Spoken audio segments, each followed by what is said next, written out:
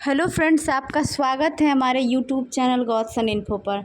हम लोग बिहार दरोगा का प्रीवियस ईयर क्वेश्चन सीरीज कर रहे हैं, जो ज्ञान बिंदु के द्वारा थर्ड एडिशन बुक लॉन्च किया गया है। इस बुक में टोटल 25 सेट हैं और हम लोग टारगेट किए हैं 25 दिन में 25 सेट को कवर अप करने का। तो यह हम लोग ऑलरेडी सेट नंबर 10 तक कर चुके हैं। जो लोग नहीं देखे हैं वो हमारे प्ले लिस्ट में जाकर ज़रूर देख लें। और यह जो वीडियो है सेट नंबर 11 है। आज हम लोग कौन सा सेट देखने वाले हैं? Set number 11। तो वीडियो को लाइक कर दें। चैनल पर अगर आप बिहार दरोगा और बिहार एसएससी की तैयारी करने वाले कैंडिडेट हैं तो चैनल को सब्सक्राइब कर लें, अपने दोस्तों के बीच भी शेयर करें। और लास्ट में वीडियो के एंड में आप ज़रूर कमेंट करें, आपका कमेंट हमारे लिए बहुत इंपॉर्टेंट होता है। तो चलिए देखते हैं। यह जो क्वेश्चन है 22/7/2018 को पूछा गया है। तो पहला क्वेश्चन देखते हैं, विथ डिस्क्रिप्शन हम लोग देखेंगे, ठीक है। तो वीडियो को लास्ट तक ज़रूर देखें। करा सुनहरा चावल किस रोग के बचाव में सहायक होता है? तो जीरोथैलेमिया हो जाएगा, ठीक है। गोल्डन चावल ओरिजा सेटिवा चावल का एक किस्म है। सुनहरे चावल का प्रयोग वहाँ करना अधिक लाभप्रद है जहाँ विटामिन ए की कमी पाई जाती है। गोल्डन चावल की खबर 2000 ईस्वी में साइंस पत्रिका में प्रकाशित हुआ था। पॉलिश किया हुआ चावल में थायमिन की कमी होती है।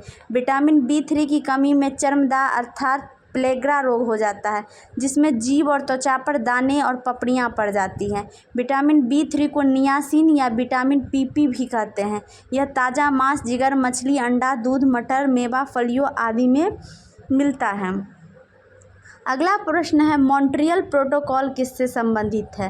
तो यह ओजोन परत संरक्षण से संबंधित हो जाएगा। ऑप्शन नंबर डी राइट हो जाएगा। मॉन्ट्रियल प्रोटोकॉल 1987 ईस्वी में हुआ था। मॉन्ट्रियल प्रोटोकॉल का उद्देश्य ओजोन परत के संरक्षण के लिए हानिकारक गैसों के प्रभाव को रोकना है। ओजोन परत में छिद्र होने का सर्वप्रथम पता जोसेफ फॉरमैन द्वारा 1985 अंटार्कटिका क्षेत्र में लगाया गया था। ओजोन परत समताप मंडल की निचली परत है। अगला है, टाइफाइड मियादी बुखार फैलता है। तो टाइफाइड जो है आपको दूषित पानी और खाद्य पदार्थ से फैलता है। यह जीवाणु जनित रोग है, बैक्टीरियल है। जीवाणु का नाम है टाइफाइड सल्मोनेला टाइफी। इसका अन्य नाम होता है आंत ज्वर, मियादी बुखार, आंत का बुखार। खोजकर्ता थे डॉक्टर डेनियल ई सॉलमन, ठीक है।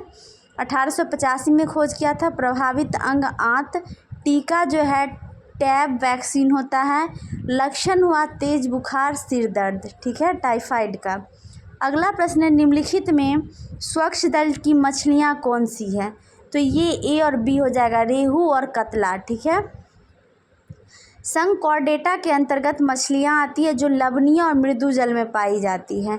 ये सभी अनियत तापी और असमतापी जंतु है। इस वर्ग के जीव में श्वसन क्लोम द्वारा होता है। ये जल में अंडे देने वाले वर्टिब्रेट हैं। मत्स्य वर्ग में शार्क, टॉर्पीडो, भेटकी, हिप्पोकैम्पस, एनाबास, मांगुर, सिंगी इत्यादि आते हैं।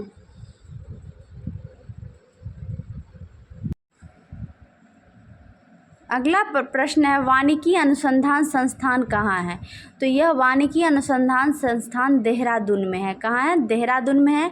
कुछ यहाँ इंपॉर्टेंट संस्थान देखते हैं। भारतीय सर्वेक्षण विभाग देहरादून, भारतीय पेट्रोलियम संस्थान देहरादून, केंद्रीय खनन एवं ईंधन अनुसंधान संस्थान धनबाद, भारतीय मौसम वेधशाला पुणे, प्लाज्मा अनुसंधान संस्थान गांधीनगर, भारतीय खगोल संस्थान बेंगलुरु, जीवाणु प्रौद्योगिकी संस्थान चंडीगढ़, रमन अनुसंधान संस्थान बेंगलुरु, भाभा परमाणु अनुसंधान संस्थान ट्राम्बे।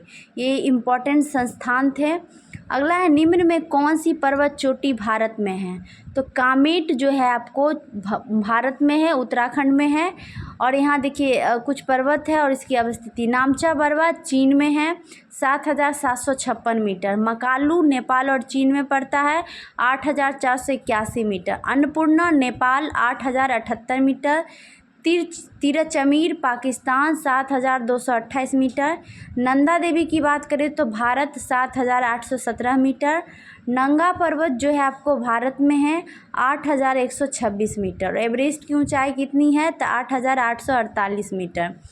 अगला है जापान के योकोहामा शहर में वर्ष 1994 संयुक्त राष्ट्र सदस्य देशों का सम्मेलन जिस संदर्भ में किया गया वह क्या है? तो प्राकृतिक आपदा नियंत्रण है। क्या है? प्राकृतिक आपदा नियंत्रण। अगला प्रश्न है भारतवर्ष का नूनामती तेल शोधक कारखाना स्थित है। तो नूनामती तेल कारखाना जो है असम में है। ये जो कारखाना की स्थापना हुई थी 1 जनवरी 1962 ईस्वी को किया गया था। कब किया गया था? 1 जनवरी 1962।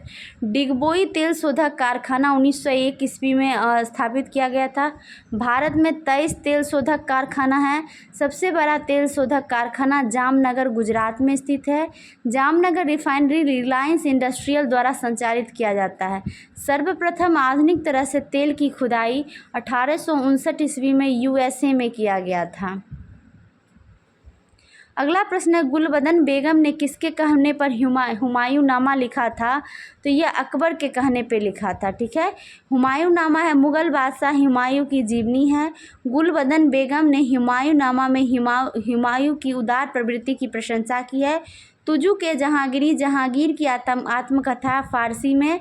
मुगल साम्राज्य के संस्थापक जहीरुद्दीन मोहम्मद बाबर का जन्म 14 फरवरी 1483 को फरगना में हुआ था। वह पृथ्वी वंश की ओर से तैमूर का वंशज था और मातृवंश की ओर से चंगेज खां का वंश था। ठीक है, बाबर जो है 1494 में 11 वर्ष की आयु में फरगना की गद्दी पर बैठा। भारत पर आक्रमण करने से पहले बाबर ने काबुल, बुखारा, खुरासान और समरकंद पर विजय प्राप्त की थी। बाबर ने 1504 ईस्वी में काबुल जीतने के बाद पादशाह की उपाधि धारण की। पानीपत का प्रथम युद्ध 21 अप्रैल 1526 में। यह जो युद्ध है बाबर और इब्राहिम लोदी के मध्य हुआ था। इस युद्ध में बाबर विजयी रहा और इब्राहिम लोदी मारा गया था। ठीक है, खानवा का युद्ध फिर उसने लड़ा 17 मार्च 1527 ईस्वी में। यह युद्ध बाबर और मेवाड़ के शासक राणा सांगा के बीच हुआ था। युद्ध जीतने के बाद बाबर ने गाजी की उपाधि ग्रहण की और इस युद्ध में वो जिहाद शब्द का प्रयोग किया था। अगला है सीरी का किला का निर्माण किसने करवाया था? तो सीरी का निर्माण जो है आपको अलाउद्दीन खिलजी के द्वारा करवाया गया था। अलाउद्दीन खिलजी ने जमयत खाना मस्जिद, अलाई दरवाज़ा और हजार खंबा महल का निर्माण भी करवाया था। अलाई दरवाज़ा को इस्लामी वास्तुकला की रत्न माना जाता है। खिलजी वंश की जो है 1290 से 1320 शासनकाल था।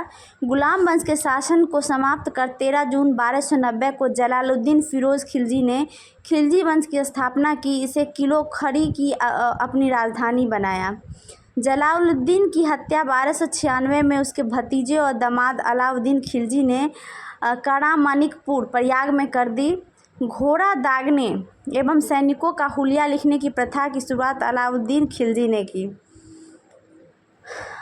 अलाउद्दीन ने भू राजस्व की दर को बढ़ाकर उपज का आधा कर दिया था। अगला है अकबर ने 1567 ईस्वी में चित्तौड़ आक्रमण के समय वहां का शासक कौन था? तो उदय सिंह था। कौन था? उदय सिंह। 1567-68 में फतेह सिंह और जयमल सिंह शहीद हो गया। अकबर ने चित्तौड़ अभियान में भारी मात्रा में हत्या करवाया था। अकबर जो है 1556 से 1605 तक रहा है। इसका जन्म 15 अक्टूबर 1542 में अमरकोट के राजा बीरसाल के महल में हुआ था। उसकी माता का नाम हमीदा बानो बेगम था। वह 3 वर्ष तक अस्करी के संरक्षण में था। अकबर की हुमायूं से भेंट पुनः उस समय हुई जब हुमायूं ने काबुल और कंधार पर विजय प्राप्त की। इस समय उसका नाम जलालुद्दीन मोहम्मद अकबर रखा गया। अकबर ने गजनी और लाहौर के सूबेदार के रूप में कार्य किया। अगला प्रश्न है शेरशाह का मकबरा स्थित है। तो शेरशाह का मकबरा जो है आपको सासाराम में स्थित है। कहाँ स्थित है? सासाराम में। हिंद तथा ईरानी वास्तुकला के समन्वय का प्रथम उदाहरण शेरशाह का मकबरा अष्टभुजाकार है जो तालाब के बीच स्थित है। रोहतासगढ़ का किला शेरशाह से संबंधित है। पटना शहर की स्थापना 1541 में शेरशाह ने किया। शेरशाह का डाक प्रबंधन मध्यकाल में सर्वश्रेष्ठ था। शेरशाह की मृत्यु 22 मई 1545 ईस्वी को कालिंजर में हुआ था। बात करें शेरशाह तो सूर साम्राज्य का संस्थापक अफगान वंशीय शेरशाह सूरी था। शेरशाह ने भूमि की माप के लिए 32 अंक वाला सिकंदरी गज एवं सन की डंडी का प्रयोग किया। इसने 178 ग्रेन चांदी का रुपया और 380 ग्रेन तांबे का दाम चलाया था। कबूलियत एवं पट्टा प्रथा की शुरुआत शेरशाह ने की। शेरशाह ने 1541 ईस्वी में पाटलिपुत्र को पटना के नाम से पुनः स्थापित किया। इसने ग्रैंड ट्रंक रोड की मरम्मत करवाई तथा डाक प्रथा का प्रचलन शेरशाह द्वारा किया गया था। मलिक मोहम्मद जायसी शेरशाह के समकालीन थे। ठीक है। शाहजहाँ ने 1638 ईस्वी में अपनी राजधानी को आगरा से दिल्ली लाने के लिए यमुना नदी के दाहिनी तट पर शाहजहानाबाद की स्थापना की। अगला है कालिंजर दुर्ग, उत्तर प्रदेश के बांदा जिले में स्थित एक दुर्ग है। कथा सरित सागर के लेखक कौन है? तो सोमदेव हो जाएगा। सोमदेव गुप्तकालीन लेखक थे। बृहत कथा मंजरी पुस्तक के लेखक क्षेमेंद्र हैं। क्षेमेंद्र भी गुप्तकालीन लेखक थे। विशाख दत्त भी गुप्तकालीन लेखक थे। विशाख दत्त की पुस्तक का नाम क्या है? मुद्रा राक्षस और देवी चंद्रगुप्तम। अगला क्वेश्चन है गुप्तकालीन प्रथम गणितज्ञ और खगोल शास्त्री कौन थे?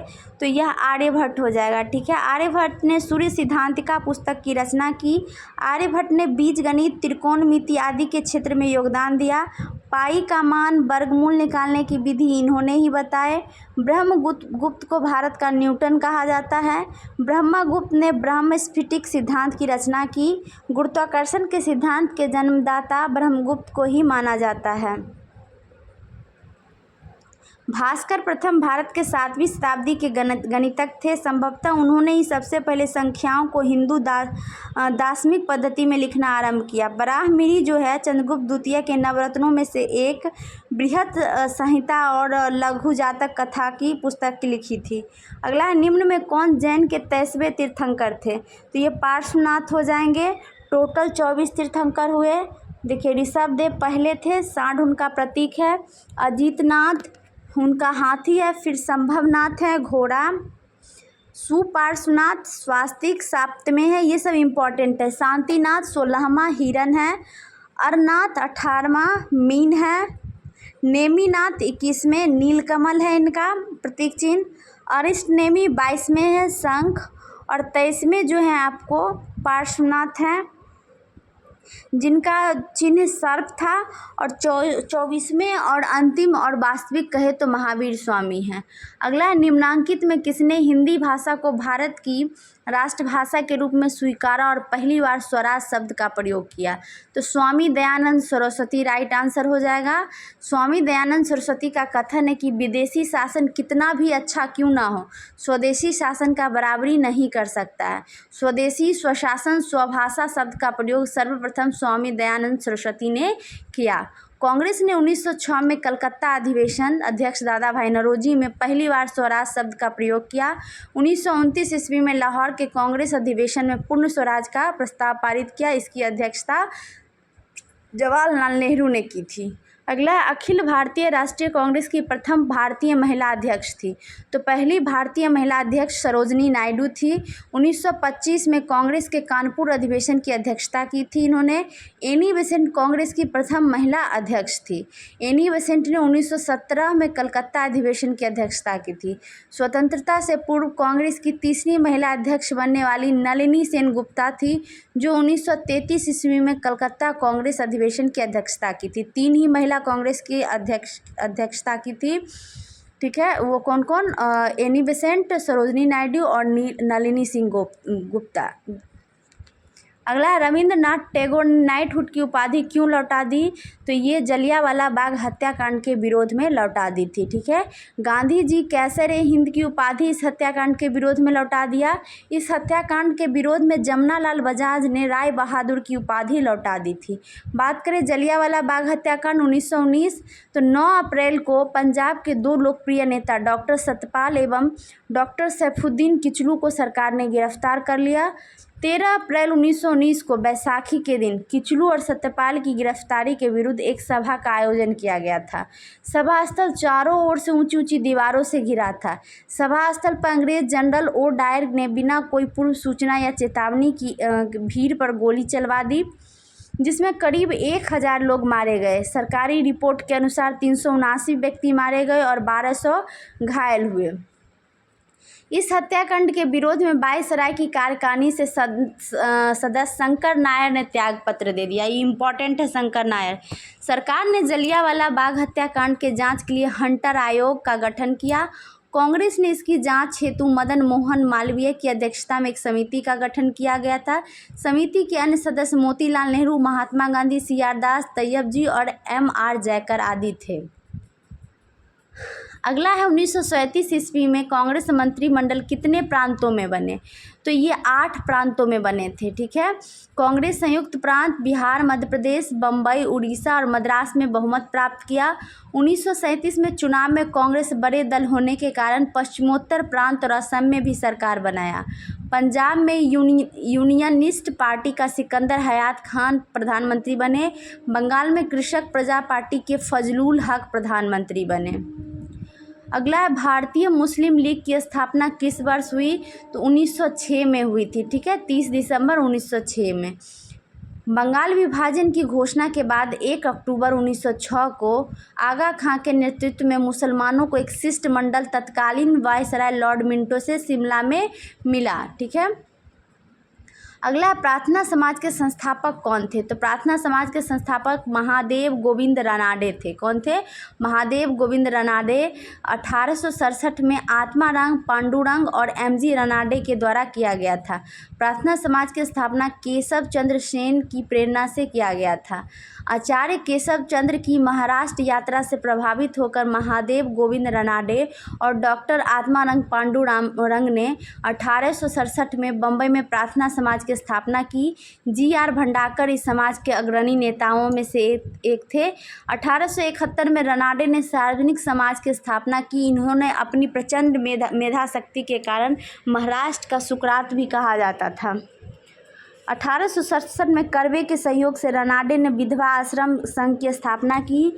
1884 में रनाडे ने डक्कन एजुकेशन सोसाइटी की स्थापना की। इसी सोसाइटी में कालांतर में पूना फिगुरेंस कॉलेज नाम दिया गया। डक्कन एजुकेशन सोसाइटी के सदस्यों में से तिलक मेन थे। ठीक है, अगला है गांधी जी की दांडी यात्रा का प्रारंभ किस तारीख और वर्ष है? तो 12 मार्च 1930 हो जाएगा। अंग्रेज़ों के नमक उत्पादन पर एकाधिकार को ख़त्म करने के लिए महात्मा गांधी ने दांडी मार्च का आह्वान किया था। इसकी शुरुआत 12 मार्च 1930 को साबरमती आश्रम से हुई थी और 6 अप्रैल को यह यात्रा दांडी पहुंची थी। इसी दिन सुबह 6:30 बजे महात्मा गांधी ने अंग्रेज़ों के बनाए नमक कानून को तोड़ा था। इसी के बाद देश भर में सबनिया अवज्ञा आंदोलन की शुरुआत हुई थी, जो 1934 ईस्वी तक चला था। दांडी मार्च के दौरान महात्मा गांधी अपने 78 अन्य सहयोगियों के साथ निकले थे। 386 किलोमीटर, इम्पॉर्टेंट है, 240 मील उन्होंने यात्रा किया था। कितने दिन तक? 21 दिन तक। ठीक है, अगला है वर्ष 2011 की जनगणना के अनुसार भारत में न्यूनतम जनसंख्या घनत्व वाला राज्य कौन है? तो यह अरुणाचल प्रदेश हो जाएगा। अरुणाचल प्रदेश राज्य का जनसंख्या घनत्व 2011 जनगणना के अनुसार 17 प्रति वर्ग किलोमीटर है। सबसे अधिक जनसंख्या घनत्व 2011 की जनगणना के अनुसार बिहार राज्य का है, 1106।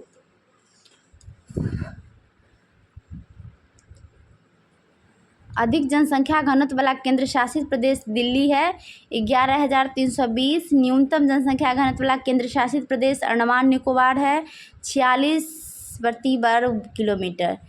भारत में अगर पूछे तो 382 व्यक्ति रहते हैं। भारत में प्रथम जनगणना जो है 1872 में लॉर्ड मेयो के काल में हुआ था और नियमित जनगणना लॉर्ड रिपन के समय हुआ था। अगला है अंतर्राष्ट्रीय मुद्रा कोष की वित्तीयन किसके द्वारा किया जाता है? तो सदस्य देश के द्वारा। IMF के सदस्य देशों को अंशदान के आधार पर उन्हें मत देने का अधिकार भी दिया गया है। IMF की स्थापना 27 दिसंबर 1945 को किया गया। IMF का मुख्यालय वाशिंगटन DC में स्थित है। IMF सदस्य देशों के बीच भुगतान संतुलन में सहयोग देती है।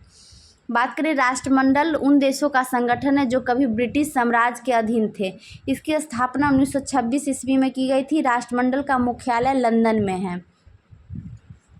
आधुनिक राष्ट्रमंडल का जन्म उस समय हुआ जब 1949 ईस्वी में एक गणराज्य होने के उपरांत ही भारत को इसका सदस्य बनाया गया था। अगला, बेरोजगारी और मुद्रास्फीति की संयुक्त घटक क्या कहलाती है?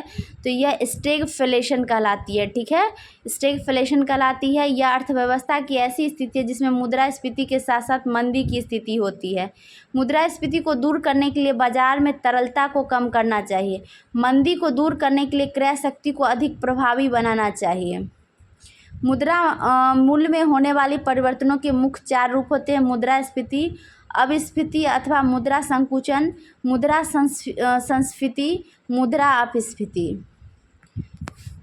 मुद्रास्फीति क्या होती है? तो मुद्रास्फीति वह स्थिति है जिसमें कीमत स्तर में वृद्धि होती है तथा मुद्रा का मूल्य गिरता है।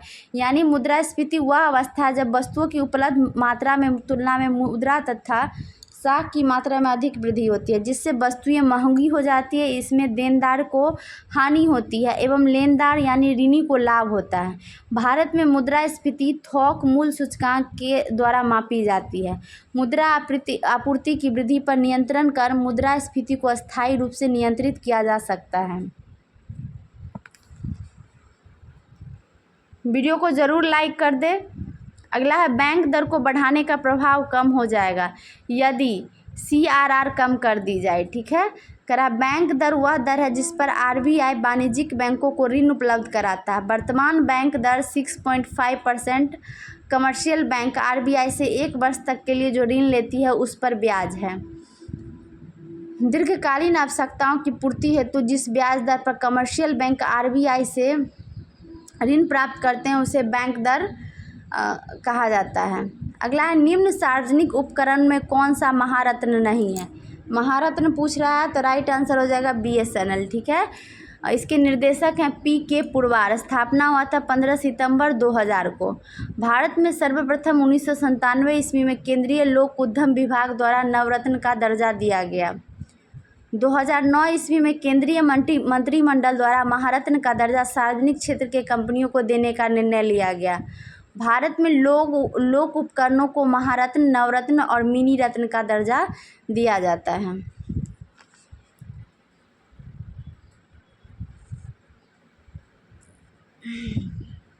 महारत्न योजना का उद्देश्य सार्वजनिक क्षेत्र के उद्यमों को अपने कारोबार का विस्तार करने तथा विश्व में बड़ी कंपनी के रूप में उभरने में समर्थ बनाना है।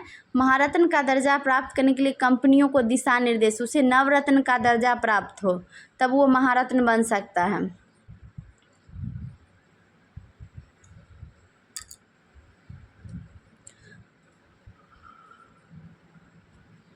अगला क्वेश्चन है, निम्न में से बहुयामी गरीब सूचकांक के संबंध में गलत है। तो ये क्या गलत हो जाएगा? प्रत्येक प्रचाल को समान भार दिया गया है। भारत में गरीबी का कोई सर्वमान्य मापदंड अब तक विकसित नहीं हो पाया है। योजना आयोग के अनुसार ग्रामीण क्षेत्र में प्रति व्यक्ति 2400 कैलोरी और शहरी क्षेत्र में प्रति व्यक्ति 2100 कैलोरी से कम ऊर्जा प्राप्त करता है वह गरीब है। सुरेश तेंदुलकर समिति ने 2011-12 में शहरी क्षेत्र में 33.33 और ग्रामीण क्षेत्र में 27.20 से कम आय अर्जन करने वाले को गरीब माना है।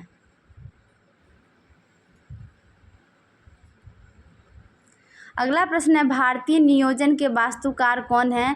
तो पंडित जवाहरलाल नेहरू हो जाएंगे। ठीक है, राष्ट्रीय नियोजन समिति की स्थापना 1938 ईस्वी में पंडित जवाहरलाल नेहरू की अध्यक्षता में किया गया। केसी नियोगी की अध्यक्षता वाले सलाहकार बोर्ड की सिफारिश पर योजना आयोग को स्थापित किया गया था। 15 मार्च 1950 को जॉन मथाई के प्रस्ताव पर योजना आयोग की स्थापना किया गया। ठीक है, अगला क्वेश्चन है, निम्न में इनकी पहचान करें जो रिजर्व बैंक का कार्य नहीं है। तो जनता से प्राप्त जमाओं पर ब्याज देना ये रिजर्व बैंक का कार्य नहीं है। ठीक है, विदेशी विनिमय भंडारण का संरक्षण, करेंसी जारी करना, नगद आरक्षण का संरक्षण, ये तीनों काम RBI का है। RBI जनता का बैंक नहीं है, RBI व्यावसायिक बैंकों का बैंक है। RBI भारत सरकार का भी बैंक है और RBI भारत में मौद्रिक नीति की घोषणा करता है। ठीक है, अगला तिलहन के उत्पादन में वृद्धि का कारण है। तो तिलहन के उत्पादन में वृद्धि का कारण है पीली क्रांति। दाल को गरीबों का दूध कहा जाता है। नवंबर 2004 ईस्वी में राष्ट्रीय किसान आयोग का गठन डॉक्टर MS स्वामीनाथन की अध्यक्षता में हुआ था। भारत के किस राज्य में शिशु मृत्यु दर सबसे कम है? तो केरल हो जाएगा। भारत में शिशु मृत्यु दर वर्तमान में 30 प्रति हज़ार है। भारत में सर्वाधिक शिक्षित राज्य केरल है। भारत में सबसे उच्च जीवन स्तर केरल राज्य का है। भारत में सर्वाधिक लिंगानुपात 1084 केरल राज्य का है। देखिए यहाँ कुछ जन्म दर दिया गया है। बिहार में 26.2, उत्तर प्रदेश 25.6, मध्य प्रदेश 24.6, राजस्थान 24। न्यूनतम जन्म दर वाले राज्य गोवा 12.4, नागालैंड 12.9, त्रिपुरा 13, केरल 13.9 न्यूनतम जन्म दर वाले राज्य। अगला विश्व व्यापार संगठन WTO का मुख्यालय कहाँ है? तो ये जेनेवा में हो जाएगा। गेट के स्थान पर 1 जनवरी 1995 को WTO की स्थापना किया गया। WTO विश्व व्यापार की सर्वोच्च संस्था है।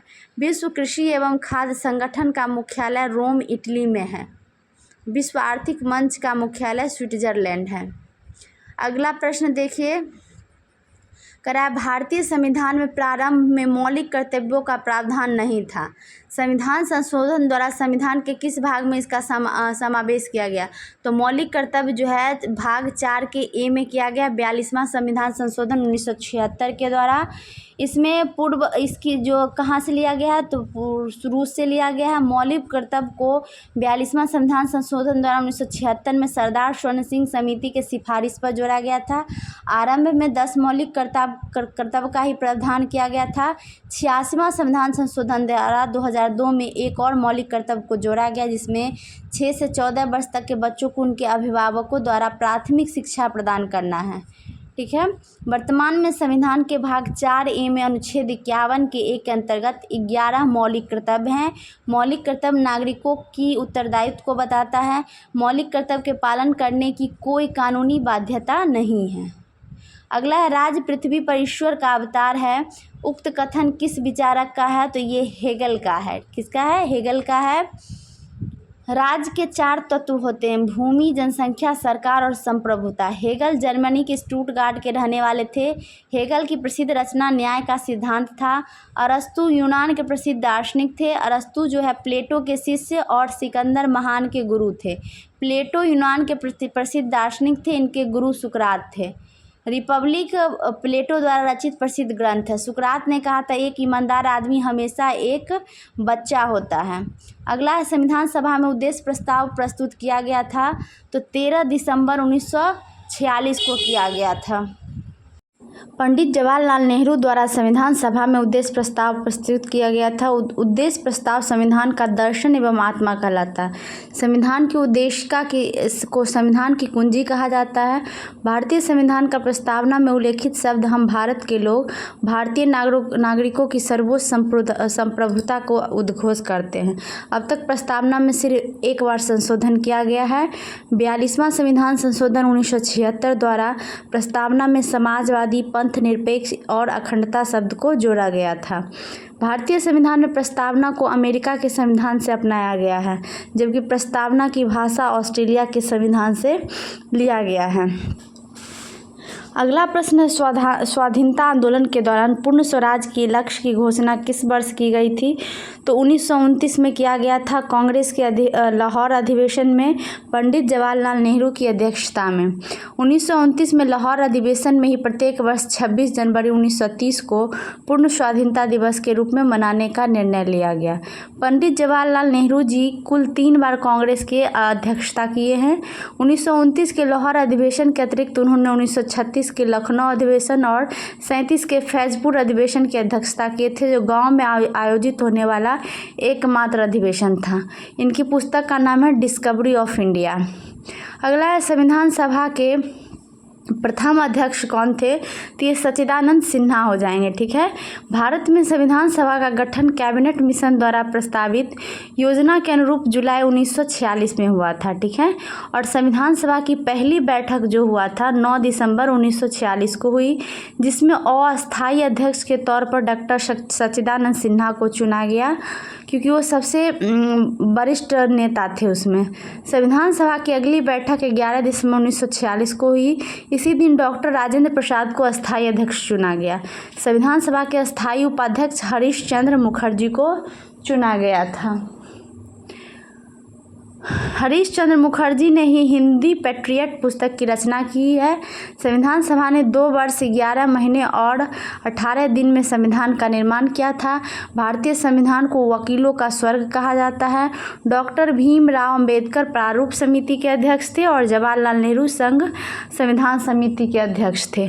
अगला है, किस भारत परिषद अधिनियम द्वारा भारत में ब्रिटिश सरकार द्वारा सांप्रदायिक निर्वाचन प्रणाली के आरंभ हुआ, तो ये 1919 हो जाएगा। भारतीय परिषद अधिनियम 1892। गवर्नर जनरल की परिषद में अतिरिक्त सदस्यों की संख्या बढ़ाकर कम से कम 10 एवं अधिक से अधिक 16 कर दी गई। इसी प्रकार प्रांतीय परिषदों में भी अतिरिक्त सदस्यों की संख्या बढ़ा दी गई। परिषदों की शर्तों एवं प्रतिबंधों के साथ वार्षिक बजट पर विचार विमर्श करने तथा प्रश्न पूछने की शक्ति दी गई। अप्रत्यक्ष चुनाव प्रणाली की शुरुआत हुई। 1909 के भारत परिषद अधिनियम को मार्ले मिंटो सुधार भी कहते हैं। मार्ले जो है भारत सचिव था और लॉर्ड मिंटो भारत का वायसराय था। अगला, निम्नलिखित में से क्या भारत का नागरिक बनने के लिए आवश्यक नहीं है, तो ये आवश्यक नहीं है। ये अधिगृहित संपत्ति आवश्यक नहीं है, बाकी तीनों आवश्यक है। अगला, लोकसभा का अध्यक्ष अपना त्यागपत्र किसे संबोधित करता है, तो यह उपाध्यक्ष को करेंगे। लोकसभा संसद का निम्न सदन कहलाता है। इसके सदस्यों को जनता प्रत्यक्ष निर्वाचन द्वारा चुनती है। लोकसभा के अध्यक्ष एवं उपाध्यक्ष अनुच्छेद 93 के अनुसार लोकसभा अपने सदस्यों के बीच से अध्यक्ष एवं उपाध्यक्ष को चुनेगी। वर्तमान में लोकसभा 18वीं के अध्यक्ष ओम बिरला हैं। लोकसभा के महासचिव उत्पल कुमार सिंह हैं एवं लोकसभा के विपक्ष के नेता राहुल गांधी हैं। लोकसभा का गठन जो है अनुच्छेद 81 के अनुसार होता है। अगला, भारत के किस राज्य में द्विसदनीय व्यवस्थापिका नहीं है, तो ये पंजाब हो जाएगा। ठीक है। जम्मू कश्मीर से अनुच्छेद 370 के तहत विशेष राज्य का दर्जा समाप्त करने के बाद भारत के 6 राज्यों में विधान परिषद अस्तित्व में आए हैं, जो उत्तर प्रदेश, कर्नाटक, महाराष्ट्र, बिहार, आंध्र प्रदेश और तेलंगाना हैं। संविधान का भाग 6 अनुच्छेद 168 से 212 राज्यों के विधानमंडल के बारे में है। अनुच्छेद 168 में कहा गया प्रत्येक राज्य के लिए एक विधानमंडल होगा, जो राज्यपाल तथा कुछ राज्यों में 2 सदनों से व अन्य राज्यों में 1 सदन से मिलकर बनेगा। जिन राज्यों में विधानमंडल के 2 सदन होंगे वहाँ का नाम विधान परिषद तथा दूसरे का नाम विधानसभा होगा। वीडियो को लाइक करना ना भूलें। अगला है, कौन से मूल अधिकार केवल भारतीय नागरिकों के लिए उपलब्ध है। कौन सा मूल अधिकार पूछ रहा है, तो राइट आंसर हो जाएगा अनुच्छेद 15, 16, 19 और 29। ठीक है। भारतीय संविधान के भाग 3 में अनुच्छेद 12 से 35 तक मौलिक अधिकार का उल्लेख किया गया है। भारतीय संविधान में मौलिक अधिकार को अमेरिका के संविधान से अपनाया गया है। मौलिक अधिकार का अनुच्छेद 15, 16, 19, 29 और 30 को छोड़ से सभी मौलिक अधिकार भारतीय एवं विदेशियों दोनों को प्राप्त है। केवल भारतीय नागरिकों को प्राप्त मूल अधिकार है अनुच्छेद 15 धर्म, मूल, वंश, जाति, लिंग या जन्म स्थान के आधार पर विभेद का प्रतिषेध है। और 16 कहता है लोक नियोजन के विषय में अवसर की समानता। अनुच्छेद 19 क्या कहता है, वाक स्वतंत्रता आदि विषय कुछ अधिकारों का संरक्षण। 29 में है अल्पसंख्यक वर्गों के हितों का संरक्षण। और 30 कहता है शिक्षा संस्थाओं की स्थापना और प्रशासन करने का अल्पसंख्यक वर्गों का अधिकार। इसमें कह रहा असत्य कथन चुनना है, तो बी, सी और डी असत्य हो जाएगा। प्रत्याशी को उसी राज्य का होना चाहिए जहां से वो राज्यसभा का चुनाव लड़ रहा है, ये गलत है। राज्यसभा को भंग किया जा सकता है, बिल्कुल नहीं। लोकसभा में राष्ट्रपति 2 सदस्य मनोनीत करते हैं, गलत हो जाएगा। अगला है सत्य कथन चुनना है। वित्त आयोग संवैधानिक निकाय है, सही है, ठीक है। वित्त आयोग का गठन संविधान के अनुच्छेद 280 के तहत किया गया है। वित्त आयोग का गठन प्रत्येक 5 वर्ष की अवधि पर राष्ट्रपति द्वारा किया जाता है और वित्त आयोग अपना प्रतिवेदन राष्ट्रपति को प्रस्तुत करते हैं। वित्त आयोग का मुख्य कार्य केंद्रीय राजस्व में राज्यों को दिए जाने वाले हिस्से का निर्धारण करना है। प्रथम वित्त आयोग के अध्यक्ष केसी नियोगी थे, ठीक है। 14वां वित्त आयोग के अध्यक्ष YV रेड्डी हैं। राज्यसभा में गणपूर्ति हेतु कितने सदस्यों की आवश्यकता होती है? तो 25 हो जाएगा, ठीक है। अगर प्रतिशत पूछे तो 1/10 हो जाएगा। राज्यसभा में गणपूर्ति हेतु 25 सदस्य उपस्थित होना अनिवार्य है, क्योंकि राज्यसभा में वर्तमान में 245 सदस्य हैं। राज्यसभा में अधिकतम 250 सदस्य होते हैं। लोकसभा में गणपूर्ति की बात करें तो न्यूनतम 55 सदस्यों की उपस्थिति अनिवार्य है। कोरम अपूर्ण होने की दशा में संबंधित सदन की बैठक शुरू नहीं होती है। संसद का गठन अनुच्छेद 79 के अनुसार भारत के संसद के 3 अंग है, राष्ट्रपति, लोकसभा एवं राज्यसभा। अगला है निम्नलिखित में कौन सा कारक अभिक्रिया दर पर कोई प्रभाव नहीं डालता है? तो एंथैल्पी में परिवर्तन हो जाएगा। एंथैल्पी की भौतिक अवस्था प्रत्येक पदार्थ या सिस्टम में ऊर्जा की एक निश्चित मात्रा में सदैव विद्यमान रहती है, जिसे आंतरिक ऊर्जा कहते हैं। इस आंतरिक ऊर्जा में अनेक ऊर्जाएं शामिल रहती है। किसी पदार्थ या सिस्टम में संचित वह ऊर्जा जो ऊष्मा के रूप में परिवर्तित हो सकती है, उस पदार्थ या सिस्टम की एंथैल्पी कहलाती है।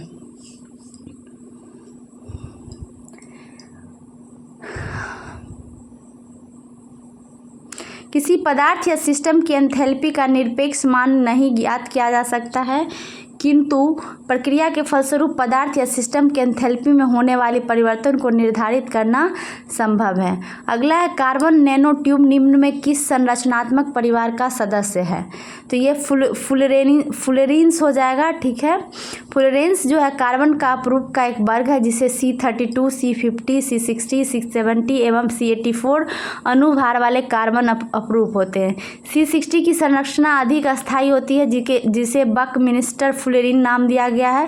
कार्बन एवं हाइड्रोजन वाले सभी कार्बनिक यौगिक हाइड्रोकार्बन कहलाते हैं। उदाहरण के लिए एल्केन, एल्कीन और एल्काइन हो जाएगा। हीलियम, आर्गन आदि अक्रिय गैसों की उपस्थिति में जब ग्रेफाइट को विद्युत आर्क में गर्म किया जाता है, अगला क्वेश्चन है कॉपर के किस मिश्र धातु में जस्ता नहीं होता है? तो बेल धातु हो जाएगा राइट आंसर। कांसा को ही बेल धातु या घंटा धातु कहा जाता है। बेल धातु में 90% तांबा और 10% टिन होता है। बेल धातु का उपयोग सिक्का एवं बर्तन बनाने में होता है। अगला क्वेश्चन है फेफड़ों का सफ़ेद कैंसर किसके कारण होता है? तो ये एस्बेस्टस के कारण हो जाएगा। किसके कारण? एस्बेस्टस के कारण होता है। एस्बेस्टस कई प्रकार के खनिज सिलिकेटों के समूह को कहते हैं, जो रेशेदार तथा अदहनीय होते हैं। इसके रेशे चमकदार होते हैं। ऊष्मीय उद्योग में काम करने हेतु एस्बेस्टस का वस्त्र पहना जाता है। एस्बेस्टस धूल कण द्वारा एस्बेस्टोसिस नामक रोग होता है। सिलिका के धूल कण द्वारा सिलिकोसिस नामक रोग होता है। कोयला खदानों में काम करने वाले श्रमिकों को ब्लैक लंग रोग सामान्य है। कोयला श्रमिकों को न्यूमोकोनियोसिस, जिसे आमतौर पर ब्लैक लंग डिजीज़ के रूप में जाना जाता है, ये तब होता है जब कोयले की धूल अंदर जाती है। जो भी चैनल पर नए बने हैं, चैनल को ज़रूर सब्सक्राइब कर लें। अगला है संसद की प्राक्कलन समिति है।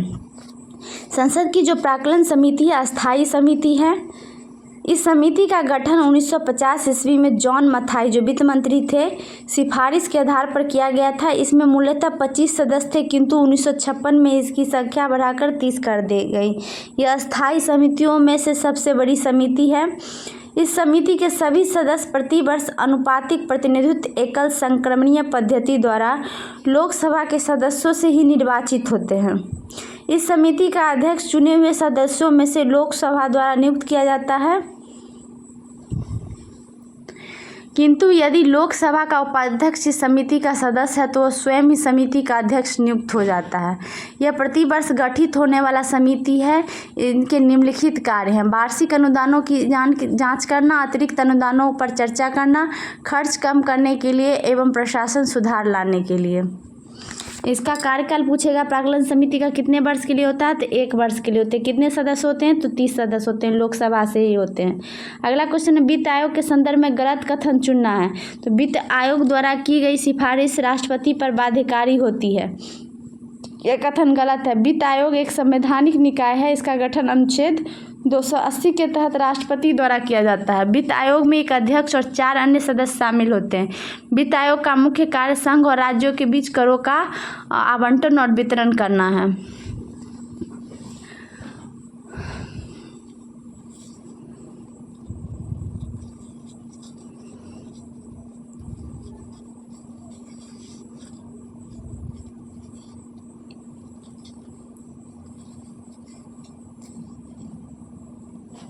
अगला है, निम्न में से किस रासायनिक अभिक्रिया में नाइट्रोजन का अपचयन नहीं होता है। तो ये देखिए ऑप्शन नंबर बी राइट हो जाएगा आपको। NO3 जो है NO में कन्वर्ट हो रहा है, ठीक है। जब कोई पदार्थ किसी दूसरे पदार्थ या स्वयं के साथ क्रिया करके एक से अधिक नए पदार्थों का निर्माण करता है तो यह क्रिया रासायनिक अभिक्रिया कहलाती है, केमिकल रिएक्शन कहलाती है।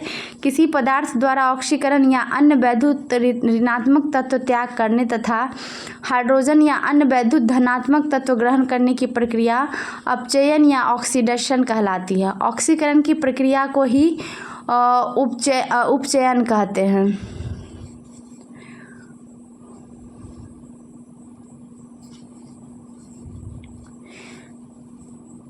वीडियो को ज़रूर शेयर करें अपने दोस्तों के बीच, ग्रुप्स में, और नए हैं तो चैनल को सब्सक्राइब कर ले, वीडियो को लाइक कर दें।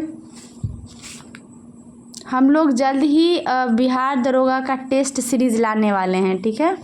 अगला है, क्योटो प्रोटोकॉल का उद्देश्य निम्न में किसकी मात्रा कम करना है। तो ग्रीन हाउस गैस हो जाएगा। संयुक्त राष्ट्र की पहल पर ग्लोबल वार्मिंग और जलवायु परिवर्तन की चुनौती से निपटने के लिए 1992 में United Nations framework convention on climate change UNFCCC अस्तित्व में आया। जापान के क्योटो शहर में 11 दिसंबर 1997 ईस्वी को UNFCCC के तीसरे सम्मेलन अर्थात कोप के तीसरे सत्र में क्योटो प्रोटोकॉल को स्वीकार किया गया और यह 16 फरवरी 2005 को प्रभावी हुआ। कुछ महत्वपूर्ण तथ्य, ग्रीन हाउस गैसों के उत्सर्जन में कटौती कर भूमंडलीय तापमान को कम करना है। अब स्टॉकहोम सम्मेलन 1972, इसे पर्यावरण का मैग्ना कार्टा की संज्ञा दी जाती है। संयुक्त राष्ट्र पर्यावरण कार्यक्रम की स्थापना हुई। 5 जून को पर्यावरण दिवस मनाने का संकल्प पारित हुआ। मॉन्ट्रियल सम्मेलन जो है विकसित देशों द्वारा वर्ष 2012 तक ग्रीन हाउस गैसों के उत्सर्जन को कम करने का वर्ष तय किया गया। अगला ऊर्जा का स्तूप पिरामिड होता है, तो ये हमेशा सीधा होगा। कैसा होगा, सीधा होगा।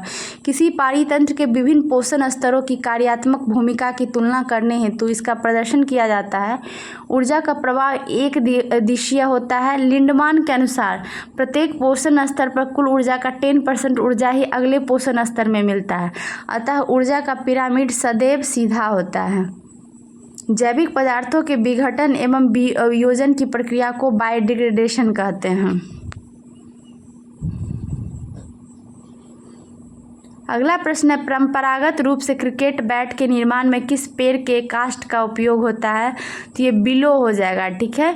बिलो की लकड़ी हल्की और मजबूत होती है। बिलो का पेड़ कश्मीर में पाया जाता है। इस लकड़ी से बना कोयला बारूद निर्माण में महत्वपूर्ण है। सिलिकस अल्वा बिलो की एक प्रजाति है, इसे व्हाइट बिलो भी कहते हैं। मेपल की लकड़ी का उपयोग वायलिन, ड्रम, गिटार, अन्य संगीत वाद्य यंत्र बनाने के लिए किया जाता है। बांस ग्रेमी कुल का पादप है। यह संसार का सबसे तीव्र गति से बढ़ने वाला घास है, ठीक है। बांस क्या है, एक प्रकार का घास है। गढ़वाल और कुमायूं में पाए जाने वाले चीड़ के लकड़ी का उपयोग रेल की पटरी बिछाने के लिए किया जाता है। यह लकड़ी उष्मा रोधक होती है। चीड़ पाइनस जेरिडियाना के बीज को सुखाकर चिलगोजा के नाम से खाया जाता है।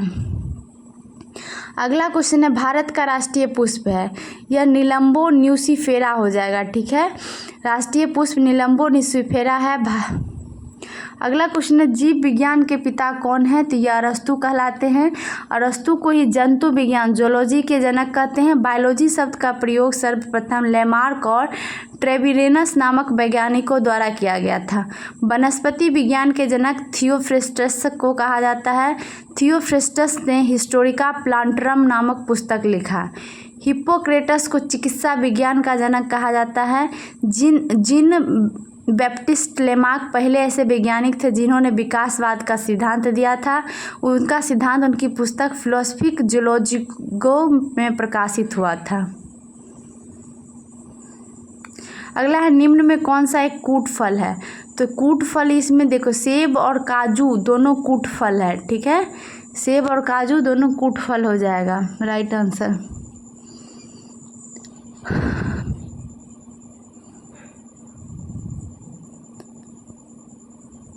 करा वैसा फल जो परिपक्व अथवा पूर्णतः निर्मित अंडाशय है जिसका निर्माण निषेचन के उपरांत होता है। समानतः इसमें एक फल भित्ति तथा बीज विद्यमान होते हैं, ये कूट फल कहलाते हैं, जैसे सेब काजू इत्यादि। कूट फल को हम हिंदी में फॉल्स फ्रूट, इंग्लिश में फॉल्स फ्रूट कहते हैं। ठीक है, अंडाशय से निर्मित होने वाले फल को वास्तविक फल कहा जाता है, जैसे लौंग पौधे की बंद कलियां। संपूर्ण फलों के 3 भागों में विभाजित किया गया है, सरल फल, पुंज फल और संग्रहित फल। अगला कीटभक्षी पादप कहलाता है, तो ये कौन सा पादप है कीटभक्षी, तो नेपेंथिस हो जाएगा। नेपेंथिस जो है कीटभक्षी पादप के उदाहरण है। अगला है निम्नलिखित में से कौन सी शर्त 1813 ईस्वी के चार्टर एक्ट का अंग नहीं है, तो ये बी हो जाएगा। ईस्ट इंडिया कंपनी का भारत में व्यापारिक अधिकार पूर्ण रूप से समाप्त कर दिया गया। 1813 का चार्टर अधिनियम है कंपनी के एकाधिकार को समाप्त करने, उस पर और प्रभावी नियंत्रण स्थापित करने के लिए यह अधिनियम पारित किया गया। इस अधिनियम के द्वारा कंपनी के अधिकार पत्र को 20 वर्षों के लिए बढ़ा दिया गया। ईसाई धर्म प्रचारकों को भारत में धर्म प्रचार करने की स्वीकृति प्रदान की गई। कंपनी के व्यापारिक एकाधिकार को समाप्त करके सभी ब्रिटिश व्यापारी को भारत से व्यापार करने की छूट प्रदान की गई, किंतु चीन के साथ व्यापार और चाय का व्यापार का एकाधिकार ईस्ट इंडिया कंपनी को ही रहा। अगला है एक प्रकाश वर्ष बराबर होता है, एक प्रकाश वर्ष कितने बराबर होगा, तो राइट आंसर हो जाएगा 9.46 इंटू 10⁻12 किलोमीटर। नेक्स्ट निम्न में कौन सा नियम रॉकेट प्रणोदक में शामिल होता है, तो न्यूटन का गति का तीसरा नियम है। ठीक है, थर्ड लॉ है न्यूटन का। गैलीलियो एवं न्यूटन महोदय ने सर्वप्रथम वस्तुओं की गति के संबंध में विचार प्रस्तुत किया था। तृतीय नियमानुसार ही रॉकेट की गति भी उससे निकलने वाले तीव्र गैसीय निकास की प्रतिक्रिया होती है। न्यूटन के प्रथम नियम से बल का परिभाषा प्राप्त होता है। न्यूटन के द्वितीय नियम से बल का सूत्र प्राप्त होता है। न्यूटन के द्वितीय और तृतीय नियम के सम्मिलित प्रभावों से संवेग संरक्षण के नियम की प्राप्ति होती है। रॉकेट के लिहाज से रॉकेट से निकलने वाली गैसें लगभग अस्थायी वेग से गति करती है। अगला क्वेश्चन है निम्न में कौन सा ग्रह सौरमंडल के वैक्यूम क्लीनर की भांति कार्य करता है, तो ये बृहस्पति हो जाएगा। ऑप्शन नंबर ए राइट हो जाएगा। ठीक है, बृहस्पति को वैक्यूम क्लीनर भी कहते हैं हम लोग। अगला प्रश्न, यदि वायुमंडल दाब पारा के 76 सेंटीमीटर समान दाब से कम हो तो पानी डैश तापमान पर उबलेगा, तो 100 डिग्री सेल्सियस से कम पर उबलना शुरू हो जाएगा। ठीक है, कह रहा है 1 वर्ग सेंटीमीटर अनुप्रस्थ काट वाले पारे के 76 सेंटीमीटर लंबे कॉलम के भार के बराबर होता है। वायुमंडल का सामान्य दाब 76 सेंटीमीटर या 760 मिलीमीटर होता है। सभी द्रवों का क्वथनांक दाब बढ़ने पर बढ़ जाता है, अर्थात द्रव का क्वथनांक वायुमंडलीय दाब के समानुपाती होता है। गर्म करने पर जिन पदार्थों का आयतन बढ़ता है, दाब बढ़ने पर उसका गलनांक भी बढ़ेगा, जैसे मोम घी इत्यादि। गर्म करने पर जिन पदार्थों का आयतन घटता है, दाब बढ़ाने पर उसका गलनांक भी घटता है, जैसे बर्फ, विस्मित और ढलवा लोहा।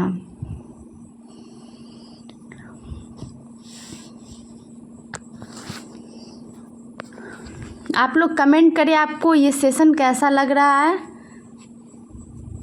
अगला है सूर्य एवं तारों में ऊर्जा का प्रमुख स्रोत है। तो सूर्य एवं तारों में ऊर्जा का प्रमुख स्रोत नाभिकीय संलयन है। जब दो या दो से अधिक हल्के नाभिक संयुक्त होकर एक भारी नाभिक बनाते हैं व अत्यधिक ऊर्जा विमुक्त करते हैं तो इस अभिक्रिया को नाभिकीय संलयन कहते हैं। एक नाभिकीय संलयन अभिक्रिया का उदाहरण है हाइड्रोजन बम, ठीक है। और नाभिकीय विखंडन का उदाहरण पूछे तो परमाणु बम हो जाएगा। अगला पेयजल में निम्न में किसकी अधिकता के कारण ब्लू बेबी सिंड्रोम होता है? तो नाइट्रेट राइट आंसर हो जाएगा। क्या हो जाएगा? नाइट्रेट। पीने के पानी में नाइट्रेट की अधिकतम सीमा 50 ppm है। इसमें नाइट्रेट अधिक ना होने पर मैथोमोग्लोबिनेमिया, जिसे ब्लू बेबी सिंड्रोम कहते हैं, रोग हो जाता है। पीने के पानी में नाइट्रेट आयन NO3 के उच्च स्तर से शिशुओं के रक्त में ऑक्सीजन परिवहन का कम हो जाता है, जिसे ब्लू बेबी सिंड्रोम कहते हैं, ठीक है। अगला है ब्रॉडलैंड रिपोर्ट, जो सतत विकास के संदर्भ में है। तो उसका शीर्षक क्या था? Our common future. क्या है? Our common future. यह रिपोर्ट संयुक्त राष्ट्र के ब्रॉडलैंड आयोग द्वारा जारी रिपोर्ट है। यह आयोग 1983 में नॉर्वे के प्रधानमंत्री ग्रो हरलेम ब्रॉडलैंड की अध्यक्षता में गठित हुआ था। इस आयोग ने 1987 में अपना रिपोर्ट प्रतिवेदन प्रस्तुत किया था। अगला है प्रत्येक वर्ष विश्व जल दिवस कब मनाया जाता है? तो ये 22 मार्च को मनाया जाता है। मेघालय की गारो पहाड़ियाँ निम्न में किस फसल के उत्पादन के लिए जानी जाती है? तो ये संतरा हो जाएगा आपको। मेघालय का पठारी क्षेत्र प्रायद्वीपीय पठार का ही पूर्वी विस्तार है। मेघालय पठार में पश्चिम से पूर्व की ओर क्रमशः गारो, खासी, जयंतिया तथा मिकिर आदि पहाड़ियाँ अवस्थित हैं। क्वेश्चन नंबर 79 है, भारत में वन नीति 1952 का संशोधन कब किया गया था? तो 1988 में किया गया था। ऑप्शन नंबर डी राइट हो जाएगा। भारत के राष्ट्रीय वन नीति 1952 के अनुसार देश के 1/3 मतलब 33% भूभाग पर वनों का विस्तार होना चाहिए। 1952 के राष्ट्रीय वन नीति को संशोधित करते हुए 1988 में विस्तृत लक्ष्य निर्धारित किया गया, जिससे समस्त भौगोलिक क्षेत्र के 33% भूभाग पर वनावरण, सामाजिक वानिकी कार्यक्रम को बढ़ावा देते हुए वृक्षारोपण को प्रोत्साहित करना, पारिस्थितिक संतुलन को कायम रखना इत्यादि सार्वजनिक और निजी भूमि पर वृक्षारोपण को बढ़ावा देने के उद्देश्य से ही सर्वप्रथम 1976 में राष्ट्रीय कृषि आयोग द्वारा सुझाव दिया गया था। अगला है नेफा है। नेफा क्या है? तो इसका फुल फॉर्म होता है नॉर्थ ईस्ट फ्रंटियर एजेंसी। ये ब्रिटिश काल और स्वतंत्र भारत में 1972 का एक प्रशासनिक विभाग था। 1972 में नेफा को अरुणाचल प्रदेश नामक केंद्र शासित प्रदेश का दर्जा दिया गया। 1987 में इसे राज्य का दर्जा प्रदान किया गया। अगला है पशुओं की रेड सिंधी नस्ल निम्न में किस घरेलू पशु से संबंधित है? ये गाय हो जाएगा। गाय की नस्ल है रेड सिंधी। गायों की सबसे भारी नस्ल भारत में कॉन्क्रेज है। होल्स्टीन फ्रीजियन गाय विश्व में सबसे ज़्यादा दूध उत्पादन करती है। विदेशी नस्ल की गाय जरसिंध भारतीय जलवायु के प्रति सबसे उपयुक्त मानी जाती है। गणनेसी गाय के दूध में 5% तक वसा पाई जाती है। सबसे ज़्यादा वसा भैंस के दूध में 9% पाई जाती है। अगला है भारत का दक्षिणतम बिंदु है। तो भारत का दक्षिणतम बिंदु इंदिरा पॉइंट है। इंदिरा पॉइंट को पिग्मेलियन पॉइंट भी कहते हैं, जो ग्रेट निकोबार में स्थित है। भारत की आकृति चतुष्फलकीय है। इसका उत्तर दक्षिणी विस्तार 3214 किलोमीटर तथा पूर्व पश्चिम विस्तार 2933 किलोमीटर है। कुल क्षेत्रफल की बात करें तो 32,87,263 वर्ग किलोमीटर है। दक्षिणतम बिंदु इंदिरा पॉइंट है। उत्तरम बिंदु जो है इंदिरा कॉल है। पश्चिमोत्तर बिंदु गुहार मोती है। पूर्वोत्तर बिंदु किबिथु है, जो कि अरुणाचल प्रदेश में है। मुख्य भूमि की दक्षिण सीमा कन्याकुमारी 8 डिग्री 4 मिनट अक्षांश है। अगला है लोनावाला जल विद्युत संयंत्र कहाँ स्थित है? तो लोनावाला महाराष्ट्र में है। ठीक है। बांध बनाकर बहते हुए पानी को रोककर फिर ऊंचाई से टरबाइन पर गिराकर विद्युत ऊर्जा प्राप्त करने की प्रक्रिया को जल विद्युत संयंत्र कहते हैं। यह एक सस्ती एवं नगण्य प्रदूषण वाली प्रणाली है। भारत में प्रथम जल विद्युत संयंत्र की स्थापना दार्जिलिंग सिद्रपोंग में 1897 में की गई थी। अरुण 3 एक जल विद्युत परियोजना नेपाल में है। ओंकारेश्वर जल विद्युत केंद्र मध्य प्रदेश में स्थित है। देखिए भाखड़ा नंगल परियोजना सतलज नदी पर है, जो कि पंजाब, हरियाणा, हिमाचल प्रदेश, राजस्थान लाभान्वित राज्य है। नागार्जुन सागर जो है आपको कावेरी नदी पर है, कृष्णा नदी पर है। कोसी परियोजना कोसी नदी पर है। गंडक नदी परियोजना गंडक नदी पर है। अगला है भारत में परमाणु ऊर्जा आयोग की स्थापना कब की गई थी? तो 1948 में की गई थी। कब की गई थी? 1948 में। इसकी शुरुआत 1945 में मुंबई में Tata institute of fundamental research की स्थापना के साथ हुई। भारत में परमाणु ऊर्जा अनुसंधान के जनक डॉक्टर होमी जहांगीर भाभा को कहा जाता है। भारत में परमाणु ऊर्जा विभाग की स्थापना 3 अगस्त 1954 ईस्वी को की गई थी, जिसका नाम बदलकर 1967 ईस्वी में भाभा परमाणु अनुसंधान केंद्र बार्क कर दिया गया। भाभा परमाणु अनुसंधान केंद्र का मुख्यालय मुंबई में है। इंदिरा गांधी परमाणु अनुसंधान केंद्र का मुख्यालय कलपक्कम तमिलनाडु में है। अगला है नामदफा बाघ अभ्यारण्य किस राज्य में स्थित है? तो अरुणाचल हो जाएगा राइट आंसर। 1972 में भारतीय वन्यजीव अधिनियम के द्वारा ही टाइगर रिजर्व की स्थापना हुआ। पक्की और कमलांग टाइगर रिजर्व अरुणाचल प्रदेश में है। डम्फा टाइगर रिजर्व मिजोरम में है। पेरियार और पराम्बिकुलम जो है केरल में है। अगला दक्षिण भारत की सर्वोच्च चोटी है, तो ये आपको हो जाएगा अनाईमुडी। राइट आंसर क्या हो जाएगा? अनाईमुडी। अगला प्रश्न देखते हैं।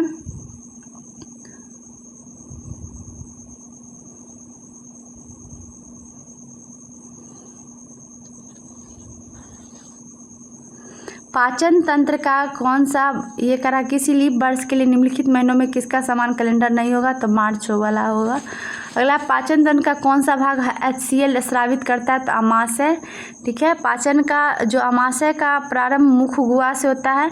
अमाशय बक्ष गुहा में बाईं ओर फैली हुई रचना है, जिसे 3 भागों में बांटी होती है, कार्डियक, फंडिक और पाइलेरिक की। ठीक है, अमाशय की भीतरी दीवार पर जठर ग्रंथियां पाई जाती है, जो जठर रस स्रावित करती है।